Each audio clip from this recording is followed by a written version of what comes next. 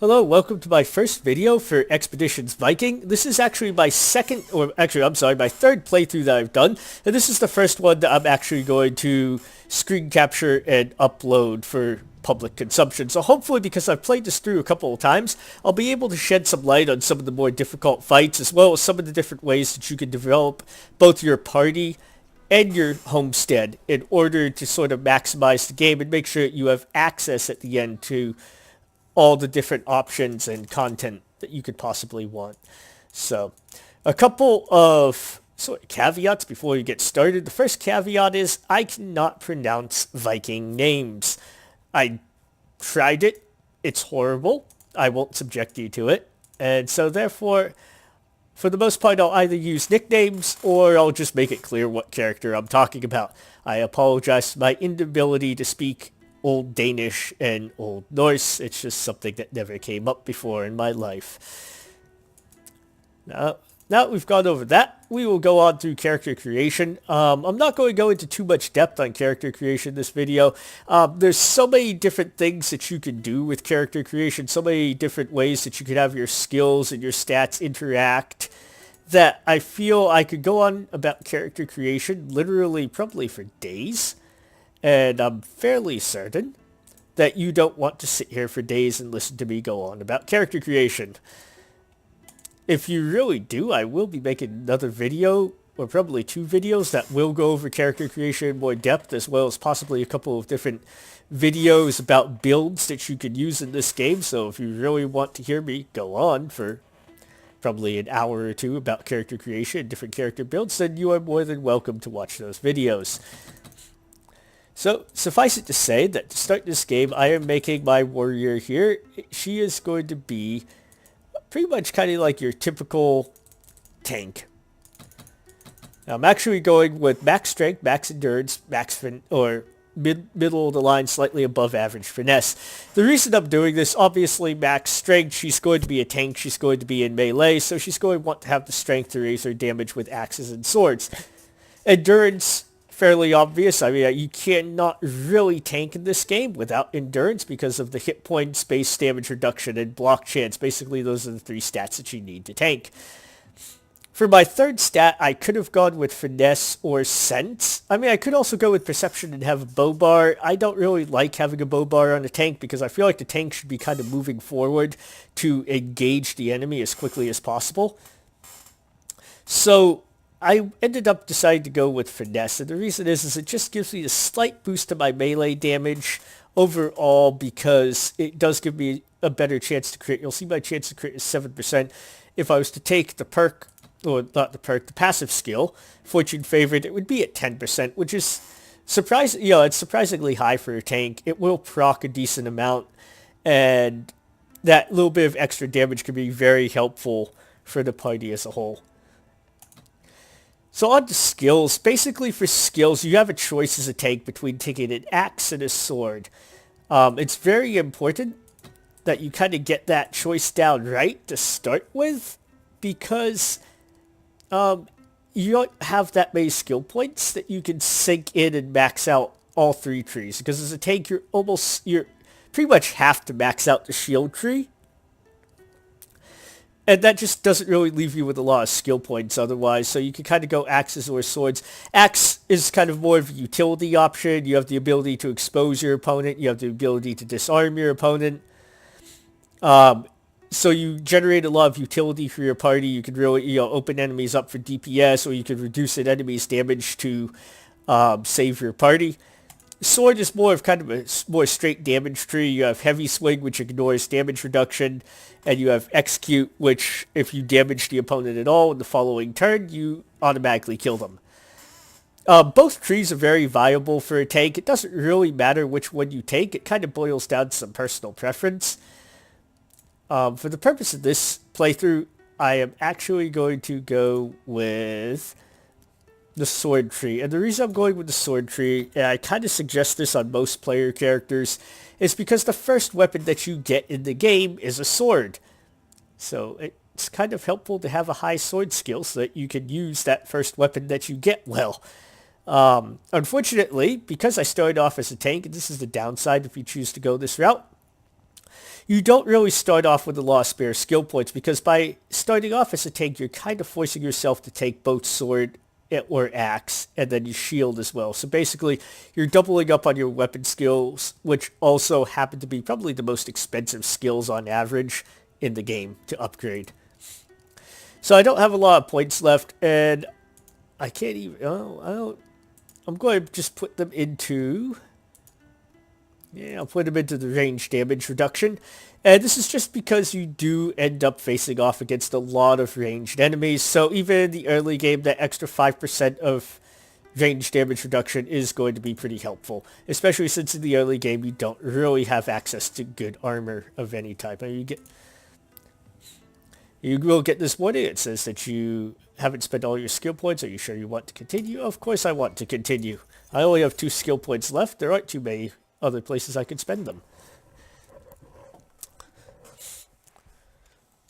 So a couple of things when you're starting out Expeditions Viking is to keep in mind that the first 2 characters that you unlock are basically DPS characters. And that's going to kind of affect some of my choice. Having a tank right off the bat isn't necessary because the fights aren't that hard, but it is kind of nice at times. The character they give you at the start, who's supposed to be kind of your starting tank, is not actually that tanky. His stats are kind of spread out a lot more, which makes him a lot less effective as a tank. So if you choose to start off as a tank or a healer even, you do give yourself kind of an advantage in the early game because your party's going to have a little bit more utility. Anyway, we are now loaded in. For the backstory, because I did kind of click through that introduction video because I've watched it like about 10 times now. Basically what happens is your father was the Thegn, or sort of the ruler of a small clan in Denmark, and he just died on an expedition to Britain. So now, because he's dead, you have become the Thegn, replacing your father, even though you do have an elder brother who we'll meet shortly, but basically your elder brother's kind of weak and wishy-washy, and you're the more assertive one, so you are the one who took over the clan.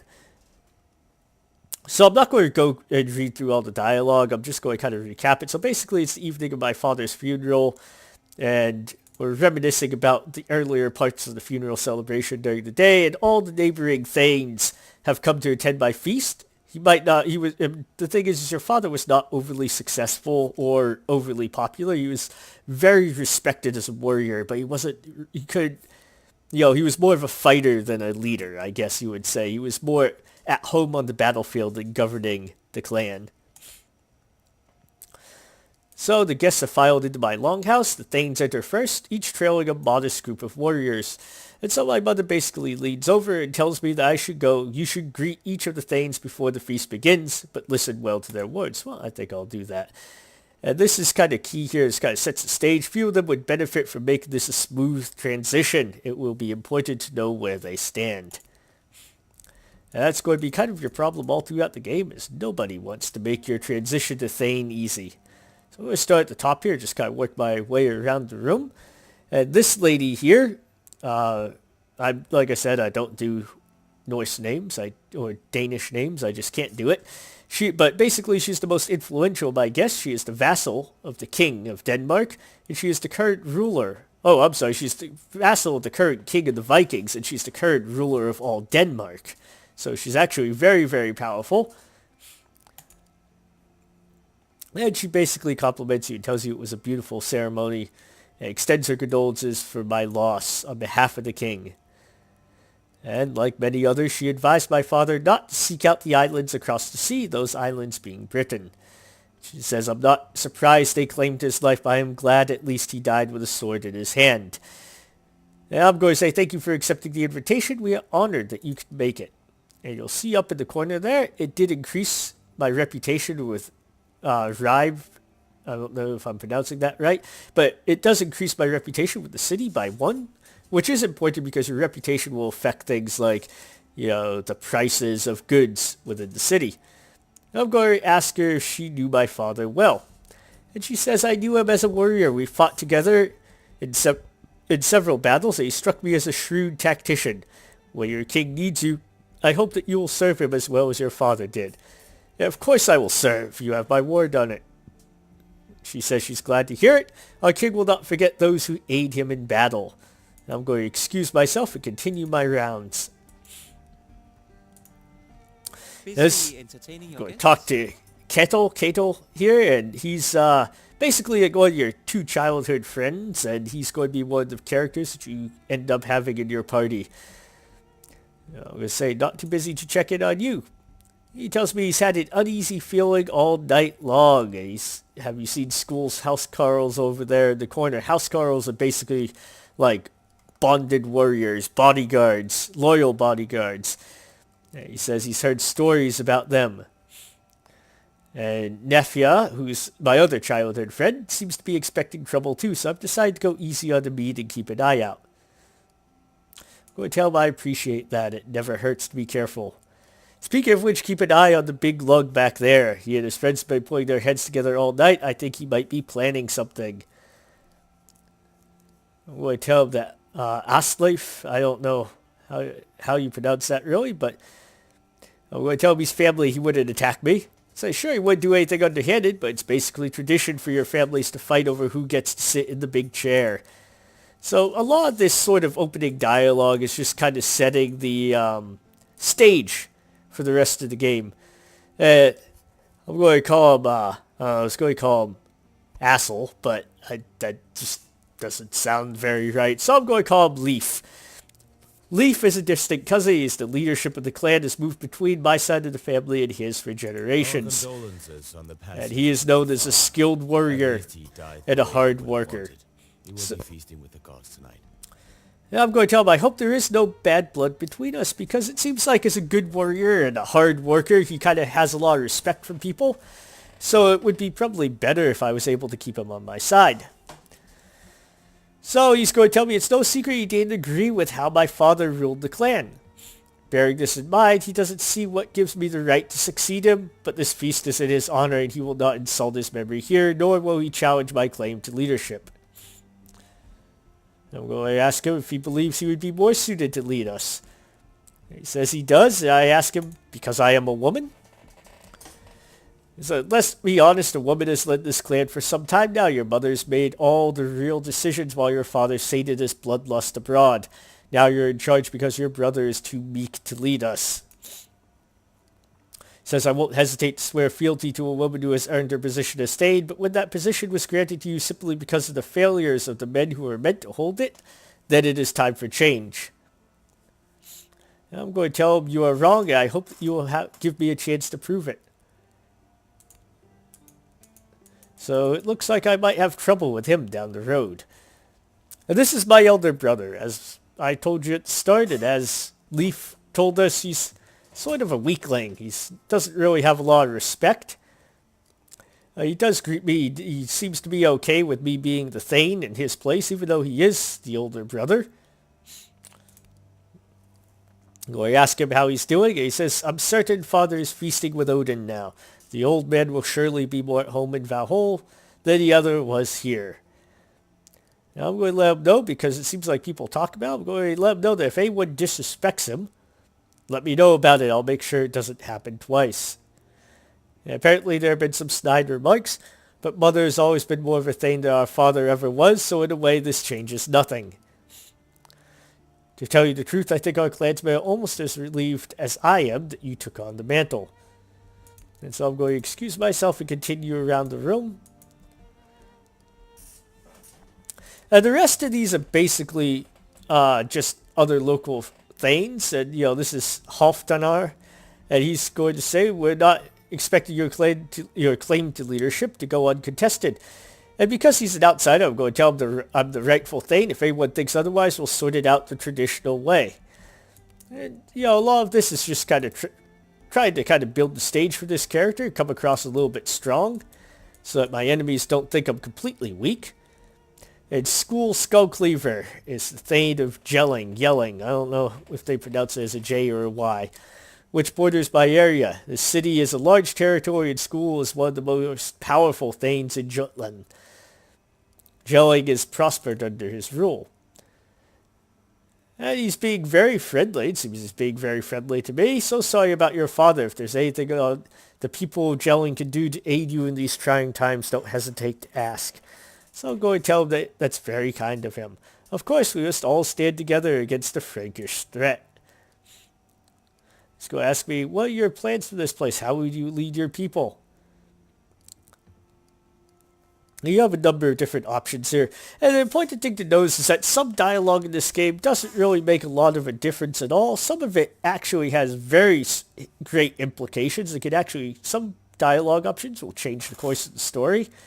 So, there's a lot of different ways that you can play this through, but it is worth reading through all the dialogue options. And if you're into kind of the role-playing side, the way that I am, you might want to sort of set a personality for your Thegn.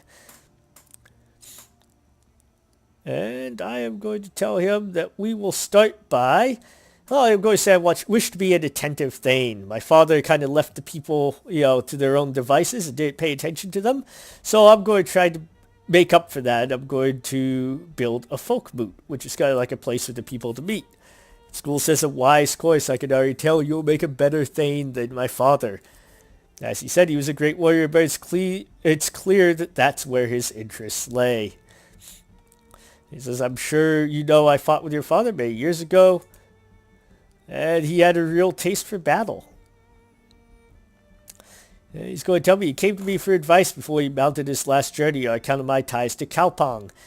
I should have warned him better about what he was getting himself into. I'm going to ask him what Kalpang has to do with this. He says the Vikings out there have been to the isles across the sea. I've heard many stories about it since I often go there to trade. Your father wanted to hear if the stories were true. And he's basically going to excuse me and let me get back to my business. Well, this is Skaki, I don't know exactly how you pronounce that name, but he is one of Thul's housecarls. He's obviously not very friendly. He tells me this must be the most pathetic mead hall in Jutland. It's not very nice. My father just died and I'm hosting a feast and he insults my mead hall. At least this lady here, she's the other one of school's housecarl. She says, if you're going to insult our hosts, at least have the sense to whisper. And Skaki says, I'd heard Stein had neglected his clan for years, but this is just sad. And Rodgerder says maybe his daughter will do a better job. And Skaki says, I doubt she'll live long enough to get the chance. So that doesn't sound very encouraging at all. There you are. And the last person I'm talking to is Nefja. I'm going to call her Neffy. But Nefja is, she's one of my, she's one of my oldest friends. Our families have always been close, and we grew up together in the village. She's just finished pouring my mother a mug of mead. And I'm going to say it's nice to see you out of your armor for once. And she tells me you've seen my sister in this dress before. Surely that's the same thing. God, she was so excited to see me like this. I'll never hear the end of it. I'm going to ask where her sister is. Unfortunately, her poor sister has a fever again. She has such a frail constitution. All this wet cold is hard on her. I'm going to ask her what she thinks of our guests, and she kind of echoes what everybody else says. And that everybody here is probably plotting against me. You'll be paranoid by the time you finish the introduction. I'm going to tell her it's certainly the sense I'm getting. I mean, everybody keeps saying it to me, so obviously I'm getting that sense. And I'm just going to click through the rest of this. We're basically just talking about other people, about all the different people that we've already gone through and talked to, who probably want to kill me. And then to start, you just click on the chair there, and that will start the rest, or kind of advance the storyline. So basically, following the initial meet and greet where I talk to everyone, we all toast my father and dig into the meal. And then it looks like Kettle's going to walk outside. And as he walks outside, we hear a piece of pottery crash against the ground, and men begin to shout. In short order, the door flies open. The doorway is filled with Ottar Erlingsson, sword in hand. Outside, you see his brothers standing over the prone form of Kettle. Ottar looks around the room with disgust. What a splendid feast for such a shit Thegn. He's actually more rude than Skaki is. Must not teach manners in Viking society. And he's going to basically call me out. He says, my family had its chance to earn our respect. You wasted it. Come outside to defend your honor, or we will burn this hall to the ground. And Neffy tells him he's a miserable drunkard. How dare you attack your Thane's honor during her own feast? Your family will pay for this. But he's already turned and started to walk out the door. My mother tells me, you have to handle this. If the other Thanes think we're too weak to deal with such a blow against our family's honor, and I think we all know how that will go over. So I'm going to ask Neffy if she's with me. And of course she is. Apparently she really likes a good fight. So you'll see these little gold markers here as you play through the game. These gold markers denote your primary quest objective. You'll also see, I think earlier, I should have pointed it out earlier, those kind of light blue, gray markers. Those are secondary objectives. So to interact with things like a weapons rack, all you do is you just have to left click on it and that will open it up. And this gives me all these items. You just hit spacebar or take all. It gives you a little tutorial. You open your inventory down here. And this will show you your equipment. You can sort your equipment by weapons, armor, talismans.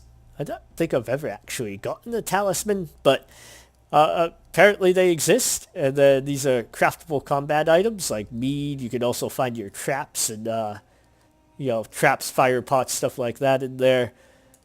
So obviously we're going to equip weapons. I'm not even going to bother with the bow because if you'll remember, I bottomed out my perception. So I might be able to tank well, but I can't hit the broadside of a barn door.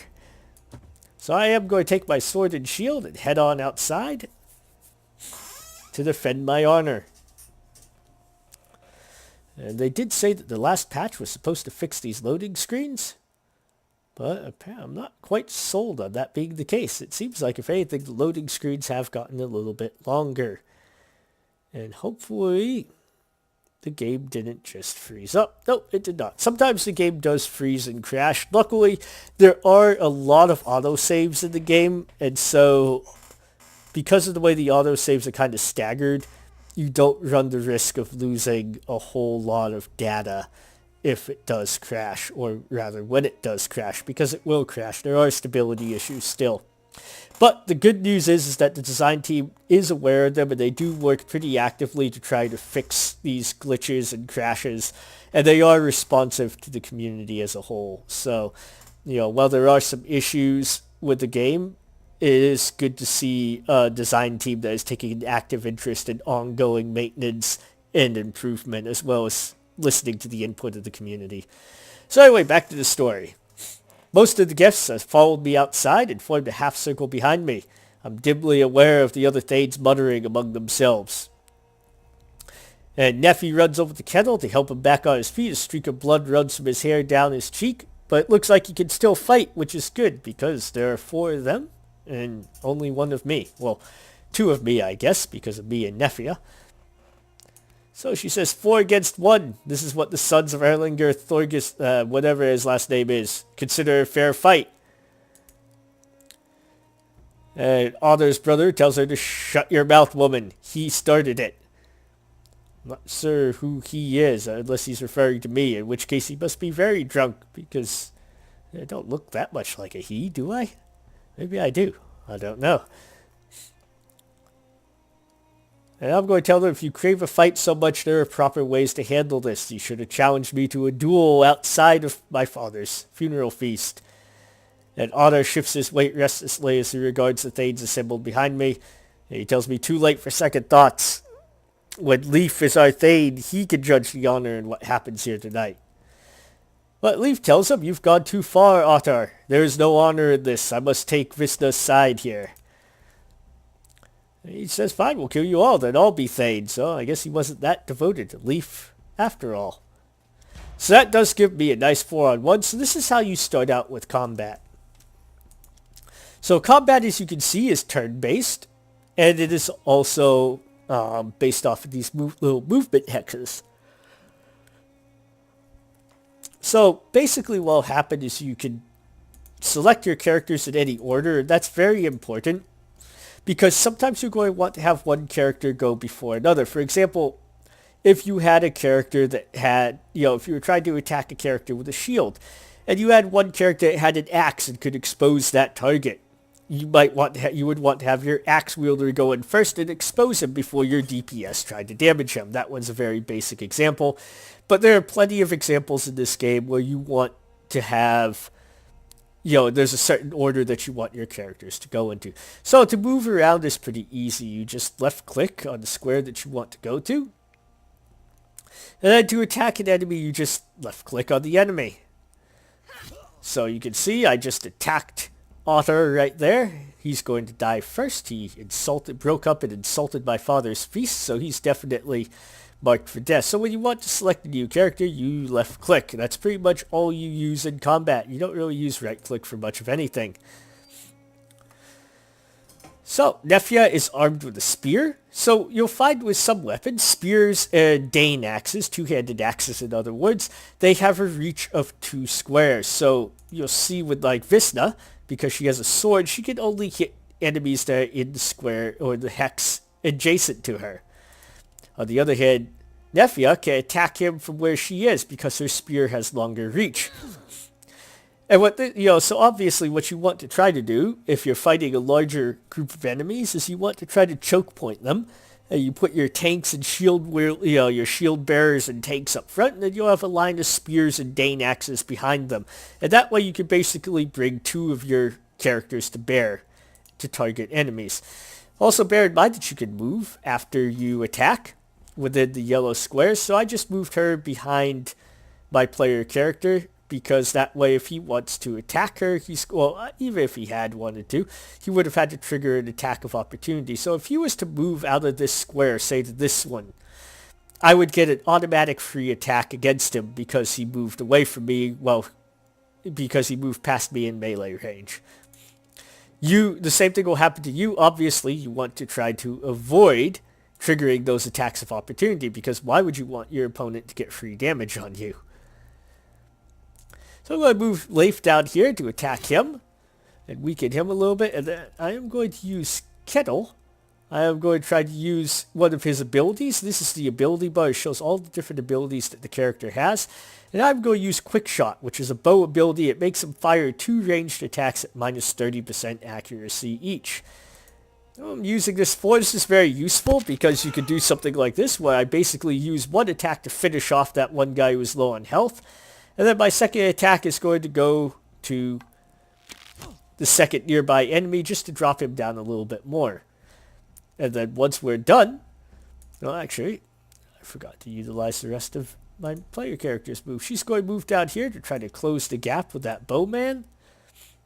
And I'm going to move Nefja right behind her. Now, if you move a character directly behind the shield bearer, I believe, it seems like to me anyway, from playing it through several times, is that the shield bearer blocks this DPS directly behind them. So this archer, I believe, will have to target me and won't be able to target Neffi, which is good because I have a shield and a lot of damage resistance, and Nefja really doesn't. So she's more likely to take a lot of damage.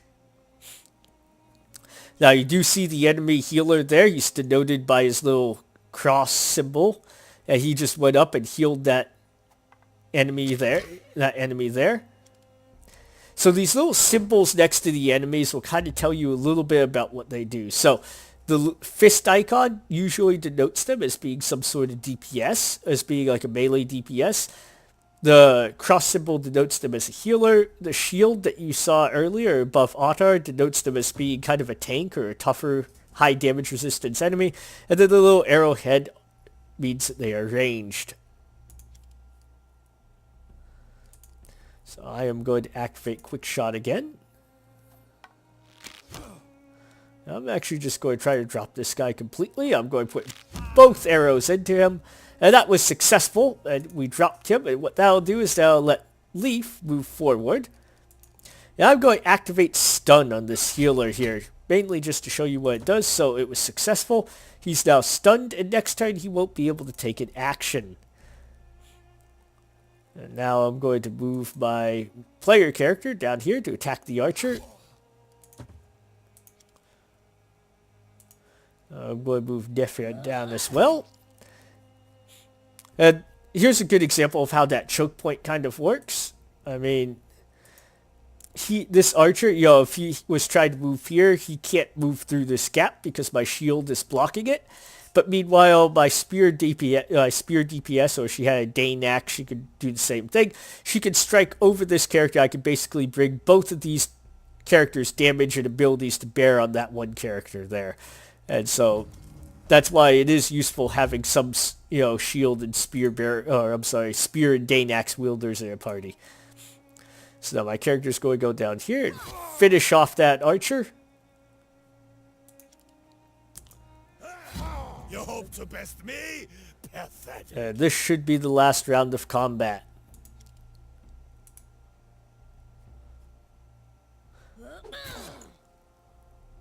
And it all falls to Kettle to finish it off with a single arrow.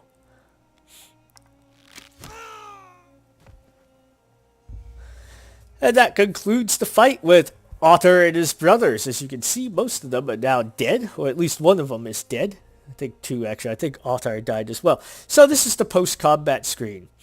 And this is going to show you your equipped items, as well as the characters who participated in combat and any injuries that they had. So Kettle had the existing injury, light trauma to his head, that he sustained when when he went outside, got hit over the head with a piece of pottery. Now, if one of my characters had, for some reason, become incapacitated, in other words, their hit points got dropped to 0, they would show up here, it would say new injury. It would show what the new injury is. So each of these injuries does have an effect on stats, and I'll show you that in just a minute. But Otter Erlingsson groans as he tries to sit up on the frozen earth. Kettle walks over to the soundly defeated farmer and kicks his weapon away. And his surviving brothers are slowly getting to their feet as well. None of them has any fight left in them. And Nephi wants to know what we do with them. I'm going to tell them to let them go for now. We'll deal with them another day. So they pick up their weapons and leave. Your guests look on with solemn expressions that don't reveal what they think of this act of mercy. I'm going to tell him, anyone who has a dispute with me can observe our customs and challenge me to a duel, but I will not be ambushed at my own feast. Probably should have said that, because now Leaf steps forward. He looks not the least bit tired from the fight. And he says, I supported you here tonight because Otter and his brothers were out of line. It is not the way of our clan to kill each other in drunken brawls. But now he is going to challenge me to a duel for the position of Thegn. Kettle obviously is not impressed, and Nephi does acknowledge that it is his right to issue such a challenge. Well, of course it is. I just opened my big mouth and gave him permission to.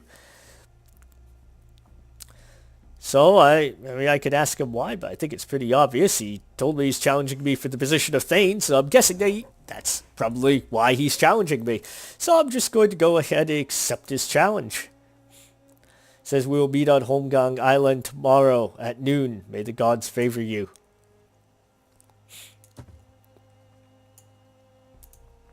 Now I'm going to try to loot that one corpse.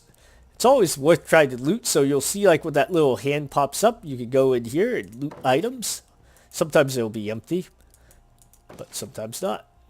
And you might as well try to loot everything, because sometimes you'll get stuff like valuables or herbs, and they'll all go down. Valuables and herbs are considered trade goods, which will show up down here. And these goods are very important because they all are stuff you use. So you use salvage to craft items. Furs and salvage are used to craft items. You eat rations, you eat meat. Thralls can be used to help you expand on your homestead, your settlement here. Herbs is something you find in exploration, and you can use witchcraft to turn them into medicine, and medicine is what you use to treat injuries. And lastly, wood is another resource that you use to build up your settlement. So I'm not having much luck with this here. Right now I'm finding, I think I'm finding, oh, there you go. There's 13 valuables and 2 wood. And you can see that they were added down here to that total. So it is worth trying to kind of open everything up, because at the end of the day, all those little bits of resources are going to help you out. So I'm going to talk to my mother, and she tells me I fought well. My father would be so proud. I'm going to tell her there'll be another fight tomorrow against Leaf. And she tells me, I know, he's a skilled warrior. You would do well to make some preparations. And I'm going to tell him that I want to face him on equal terms. And my mother tells me not to be ridiculous. The school duel could be to the death. There are no rules to break in such a contest. You need every advantage you can get. It may not seem like it right now, but most of our clan remains loyal to us. If nothing else, then because they prefer you as Thegn over Leaf. So basically, Leaf seems like a hard-working guy and a good warrior, but maybe he's a little bit dense, probably, maybe, not the best leader. So my mother suggests I go to Hulda, who's kind of this wise woman / witch who lives in the bog, and ask her for help. She's old and wise, and she has many ways to weaken a man. I'll ask her poison. I want to beat him, not kill him. And then my mother tells me there's another option. Sigrid, she may have an idea. She is good at setting traps for the creatures of the forest. Maybe she may know of a trap large enough for a man. Other than that, the smith may be willing to get you some better equipment. You should go into the duel with those old weapons that my father gave me for training. And then if you ever see those gold boxes around the top of a character's head, that means that you can talk to them. And Neffy wants to fight him herself. And I'm going to tell him I can handle him myself. Actually, I'm going to tell her I have to take this fight myself. She tells me I have the right to ask another to fight on my behalf. If others see that another warrior is willing to risk her life for you, that is just as worthy of respect as if I beat Leaf myself. That is what being a Thegn is all about. But I'm going to say that that's just not good enough for me. If I'm going to be Thegn, I'm going to rule in my own right. And Neffy, very supportive, tells me I'll be a great Thegn. Just make sure that I stay the Thegn. So, Rongerda, who remembers school's house Carl, her dark eyes size me up under elaborately braided hair. There's something mysterious and dangerous about this woman. She does not look like a nice lady. She says, I made short work of those mules, woman after my own heart. I'll ask her, how's that? And Rongerda tells me nobody fucks with me and lives. You seem to be similarly inclined. I'm going to tell her I took no pleasure in that fight. She said, no, not pleasure, but satisfaction, surely. A well-deserved victory. I'm glad I got a chance to meet you now. I'm sure this won't be the last time we see each other. And then she disappears. She's a very kind of mysterious woman, and she does not look like the type of lady you really want to cross. So now you have a couple of options. And this is one of those places where you can kind of take a look at the optional quests. I can seek the advice of the old witch Hulda in the bog. Now I'm going to go down there just so I can show you where she's at. She is all the way down here. Maybe. Actually, I don't see her. Where is... You can always bring up your map by hitting M. Oh, she's over here now. That's her house. Later on in the game, she will be here, but I guess right now she's over in the bog here. Why are you here? Oh, no, that's her apprentice is over there. That's Roskva, or Ruskva. She asked me why I'm here. I'm going to tell her I'm here to see Hulda. Are you sure today isn't one of her good days? Well, maybe it'd be a bad day then to see her, because, if it's the witch's bad day, I don't know if you really want to run into a witch on a bad day. I'm going to ask her, what do you mean by that? She says some days she's all there, other days her mind travels. No telling where she went today, but it must be far away. I ask has she been this way for long enough that I'm used to it. It's gotten worse lately, though. And I'm going to say that must be hard on you. And her apprentice does ask if... does tell me she'll ask her to come out.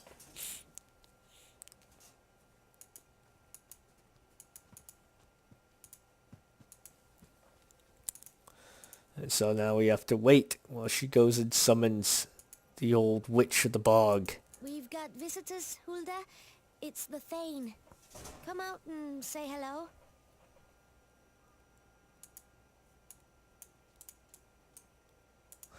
And the only thing that is kind of irritating, you can see you kind of have some problems getting your mouse in the exact right place to click on the character.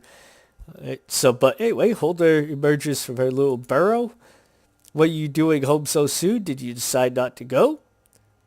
I'm going to just kind of cut through the craziness, and I'm going to tell her I need her help with something.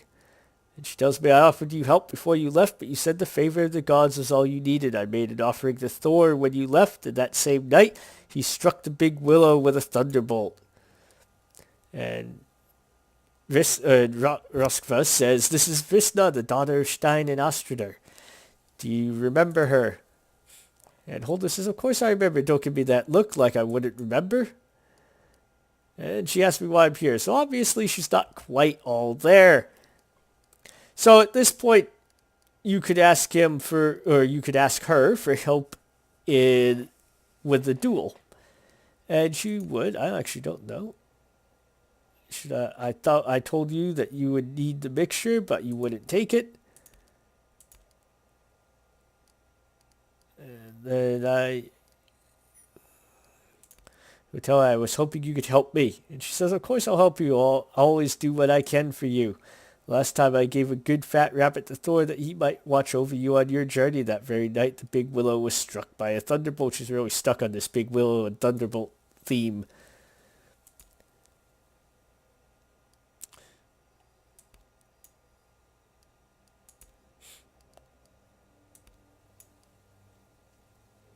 So apparently, if you read through that, the old witch banished her apprentice, but that's the third time today she's banished her forever. She'll call me back when she wets her bed again.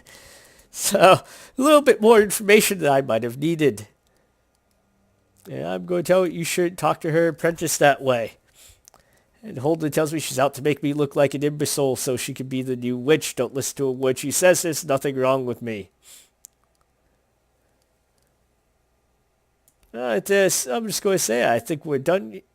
Well, I'm going to say she was right. You told the same story twice. And Holden says, don't you dare, I know what I said. Just tell me what you want so I can be rid of you. And so if I wanted to, I could get a poison to weaken Leaf in combat, but I'm not going to do that. I'm going to face him on honorable terms. So I say, never mind, I hope you get well. The other option you could go for is Sigrid, who is, whoops, I lost track of where I am. If you ever get lost like that, you could just hit M, and that pulls up your map. You could just click on the map, and that'll take you directly to where you need to go. So this is Sigrid right here, and what she will do for you if you talk to her and ask her is she will build you like a net trap that you can place on the battlefield, and it will basically trap and immobilize Leaf for a turn. I'm not going to do that. I don't need to cheat to beat him, but that's where she is, and you can talk to her and she would do that for you. The only one I am going to talk to is the smith, because I do need to get some better armor. If you look right now, I actually have no armor at all right now. So the smith has retreated to the familiar confines of his workshop, where he's engaged in energetic discussion with his wife. They break it up when they see you coming, and his wife wanders off to find someone else with whom to gossip. And the smith says to me, so Erlinger finally lost control of his idiot sons, did he? Glad to see you made it out of that mess in one piece. And I'm going to just cut straight to the point. And I'm going to tell him that Leaf has challenged me to a duel. Is there anything you can do to help me? And the smith tells me, I heard, sorry my girl, I'm not getting involved. I've known both of you since you were small children, and Leif used to help out in the smithy. So he's kind of torn. He doesn't want either of us to kill each other. I'm going to tell him I don't plan to kill him. I just have to beat him to defend my seat. And the smith tells me such things rarely go according to plan, so I'm going to try to tell him that denying my request will not keep Leif safe. It will only put me in danger. But I failed. And he tells me no amount of silver can cover up a conscience soaked in blood. Best you get out of here. I wish both of you good luck tomorrow. So unfortunately, I'm not going to get that new armor, which is kind of crappy because I probably should. So note to self and note to anybody who's watching this video. If you are doing your playthrough, you might actually want to put some sense into your character so that you can get that armor at the start of the game. I think you only need 2 or 3 points. And then to advance the story, you just go to the thing with the little gold circle above it. It will give you the option to end the feast, and I will choose to do so and say end the feast. And it'll take me straight to Holmgang Island in the duel that's to be fought at noon. As it says, the next day at noon. So, basically, we come to the prosaically named Holmgang Island on the following day, rowing one of the clan's small boats in the company of Nephi and Kettle. Sigrid and somebody else greet me here, having come out in advance to set the stakes that define the arena. And Kettle says if he doesn't come, we should fight each other. It'd be a shame to let such a fine arena go to waste. And Nephi says, are you sure you want to fight me again? Remember what happened the last time? And Kettle tells her, right, what I meant is you and Wisna should fight, and I will sit over beneath that tree and watch while I finish the rest of the mead from last night. I'm not really in the mood to joke, because I'm the one who actually has to fight the duel. I'm going to, there's a lot of things on my mind, so I'm going to tell him if he doesn't show up, I will have to exile him from the clan. And Kettle says that would be a good resolution to this whole mess, but he'll be here. The man has the stubbornness of a mule, as well as its sense. And lo and behold, a short time later, Leif does arrive. So, Leif looks healthy and awake. He gives me a curt but respectful nod and steps directly into the ring without hesitation. His voice is strong and steady. He says, we're all here then. Good. Are you ready? He says, Nephi tells me she volunteers to fight in my place. Now I'm going to tell her that your offer humbles me, but this is my fight. And she wishes me good luck.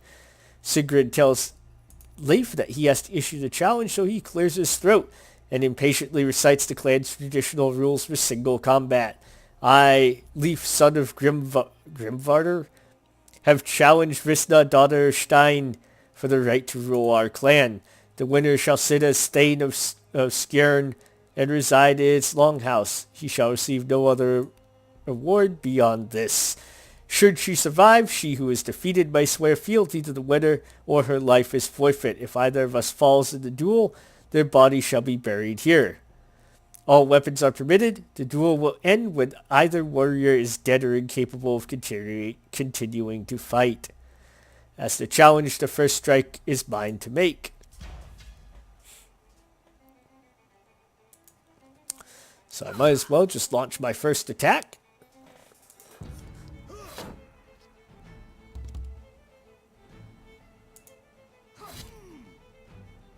And so this is actually going to be a very boring and very quick fight, because both of us are sword and shield users, so there's not really going to be too much to it. He just activated Brace, which is an ability. I could use the same ability down here. Restores my shield to mint condition. But that was a mistake. So you can see that even though he has a shield and does block some of my strikes, a lot of my strikes also went through. That's because you have to have your shield block raised up to a certain level. Basically, you have a percentage chance to block. And Leif tells me you've been keeping your skill sharp even without your father around to train you. And I said, he trained us both. What do you have against him? And Leif acknowledges that he was a great warrior. And like everyone else, he was respected for that. But if the king should raise the army tomorrow, how many able-bodied warriors could our clan muster? A dozen? Half the women in the clan are widows, and my father's foolhardy expeditions are the cause of it. So he bangs his weapon against his second shield and gives me a somber nod. So the way Vikings used to fight, supposedly, is each fighter would have a couple of shields. And each shield would basically, once you would have, I think 3 shields actually, not a couple, you would have 3. And once your final shield was exhausted, you were defeated, even if you weren't killed or seriously injured. And you can see, in this case, Leif chose to open with his bow bar.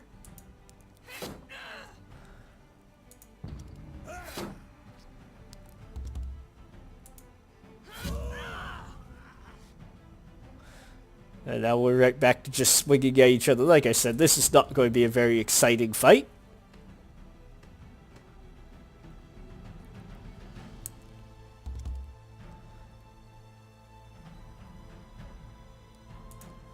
I am actually going to activate Brace as well, just in case.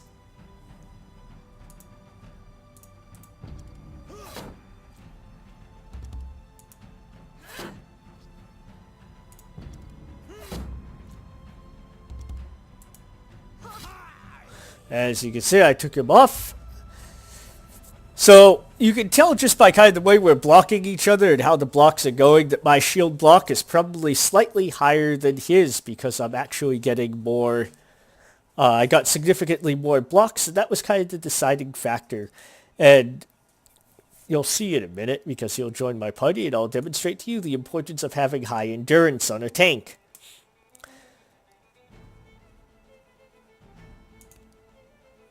So Leaf tells me I'm nearly as good as my father. If I win this, he hopes I'll be a better Thegn. I'll tell him I hope to serve with you as my housecarl.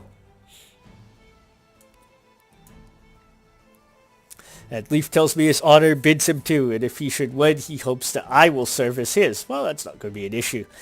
And they ask me, how do you plan to govern us? And you have a lot of different options here. It doesn't really matter, I don't think. I'm going to tell them I plan to govern as little as possible. Free men prosper when left to choose their own path. That sounds kind of nice. Sounds very kind of altruistic and high-minded. He says, my father thought so as well, but a strong clan cannot be built with a light touch. If you continue along the path he set us on, we will perish. And he says, enough talk, let us finish this. And I'm actually going to move up so you can see that green there. That green is the edge of the area where I can move to and still activate an ability. So I am going to activate. Ready. And this ability is basically if he moves into range of me, I'm going to get to attack him. And he just did the same thing. So that didn't exactly work. I guess we're both just going to stand here. I'm going to do the same thing now.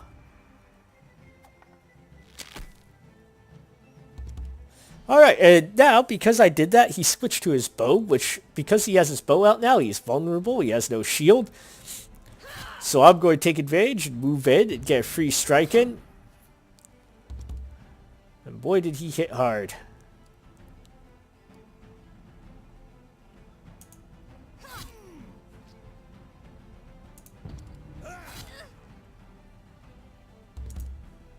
And because I have just taken damage, I am going to brace.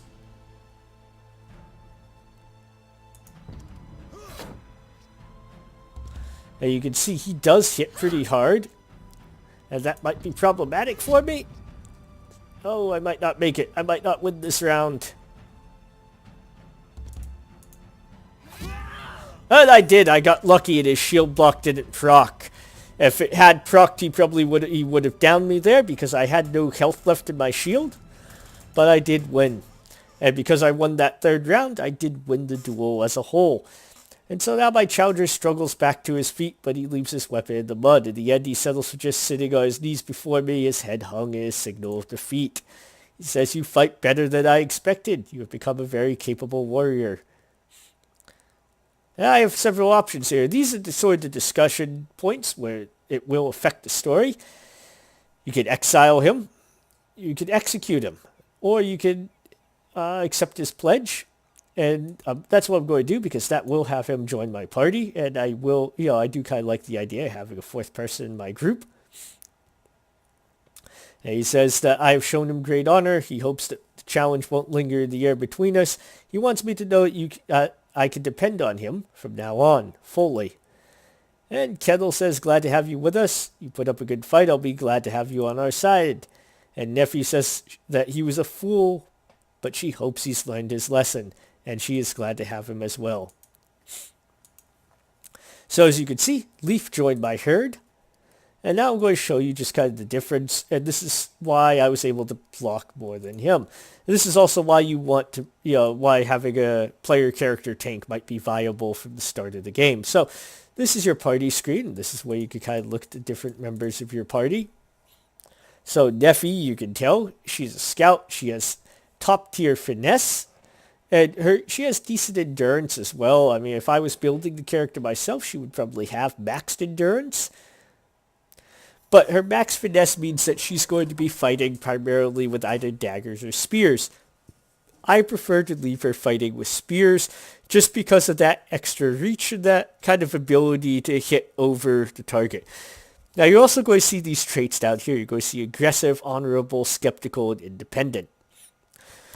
So these traits, each time you have dialogue options, you can have a chance to have morale gained by characters that have the right traits. So, for example, normally, like that statement I made about letting free men make their own decisions and whatnot, that would normally cause an increase in morale amongst independent characters. So in that case, Nephi would probably gain morale.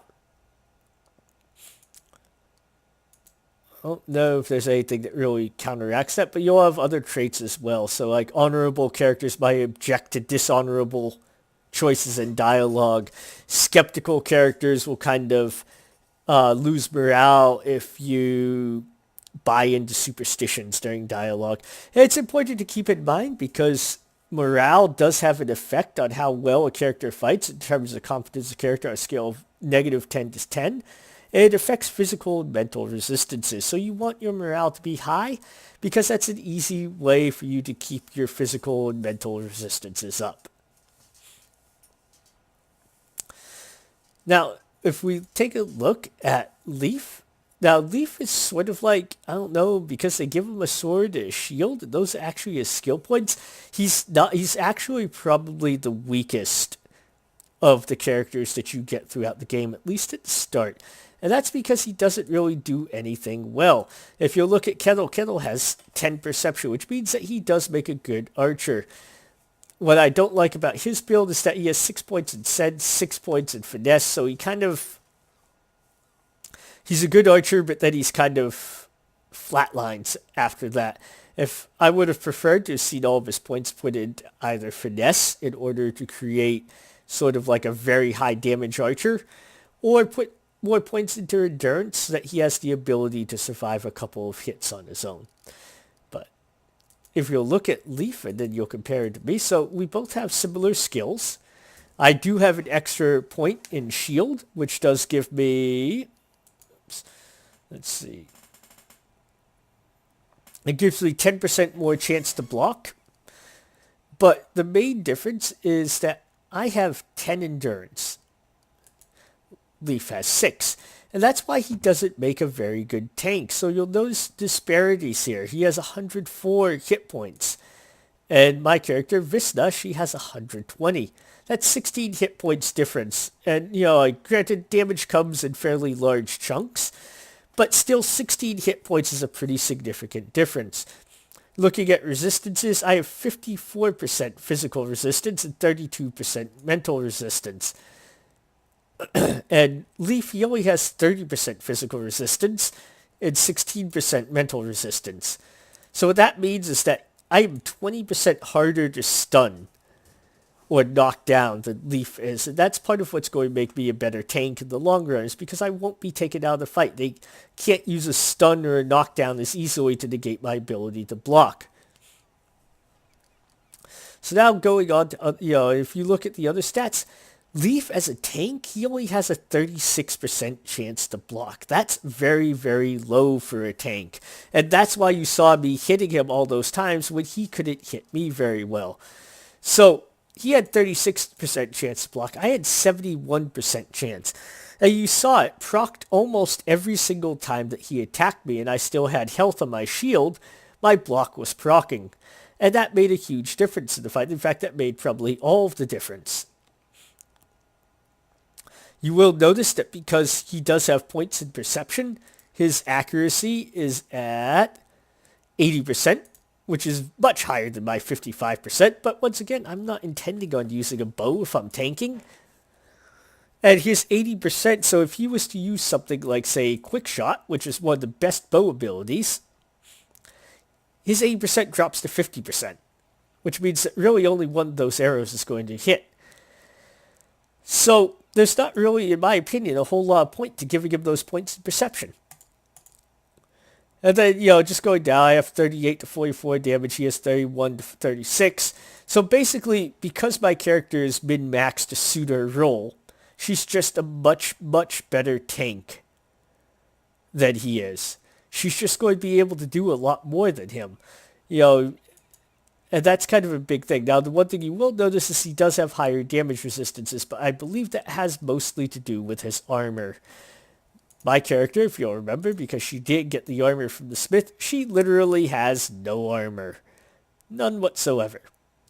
And that's why her resistances are so much lower than his, whereas he has his own armor, which is 13% melee damage reduction and 9% range damage reduction. So that kind of is something to keep in mind. And that's something you do want to keep in mind when you're building characters, both your player character and once you finish the Motley Herd quest in Ribe. You're going to want to keep that in mind when you're building your characters. You really want a character to kind of fit a role, and then you want to build that character's stats to maximize their ability to perform that role. And, you know, if you just look at the stats even here at the start of the game, before we have a lot of skills developed, Wisna is just going to be a much better tank than Leif will ever be. And, you know, even if we were to bump his, you know, shield block all the way up, he would still come out significantly behind Wisna. And Visna's block chance at 71%, so she's at 71% right now, and we look at the skills that she can pick up. She can still pick up 2 more levels in shield block, which would give her another plus, 20% extra chance to block. So she'd be at 91% chance to block. That means she's blocking almost everything, which means that if she was to activate, for example, defend, which means that my shield is impervious to damage, she could literally stand there for a whole turn, barring being exposed, and she could just stand there for the whole turn and just block, and just soak up enemy attacks. And if your enemy's throwing those attacks at her, they're not throwing attacks at squishy characters like Kettle, who only has 96 hit points. So once again, that's just something that you do want to keep in mind when you're building your characters, is it generally is better to max out 2 stats that will fit the character into a specific role. Anyway, that is actually going to conclude this first video. As I head back to the mainland, that will conclude the video for tonight. And so next video, we're going to go over the next phase of the campaign, which is going to cover some more combat, I think. So basically, we get back to the island, and Neffy tells me she's glad that's dealt with. What's next? And Leif says we have to do something about Erlinger. As long as he lives, his family will pose a threat to me. Now I'm going to say we will head there immediately. And so tomorrow we will go to deal with Erlinger, whose sons, if you remember, just broke up my father's funeral feast the night before. So the question is will Wisna be in a particularly forgiving mood when she meets Erlinger? I guess we'll see tomorrow, or whenever you choose to watch the next video. Once again, thank you very much for watching, and hopefully it will pick up as time goes on. It is kind of slow in these first few quests, just because the first few quests in general are sort of slow. This is where the game is sort of easing you into it, introducing you to combat, giving you the chance to mess around a little bit with your abilities. And oh, by the way, as I'm sure you can tell, you actually, like I say in my character creation video, you really can't see anything about your character's detail. In fact, she actually looks a little bit more manly than I thought she would. Anyway though, take care, thank you for watching, and have a good day or night, whichever it is, wherever you are. Thank you, bye.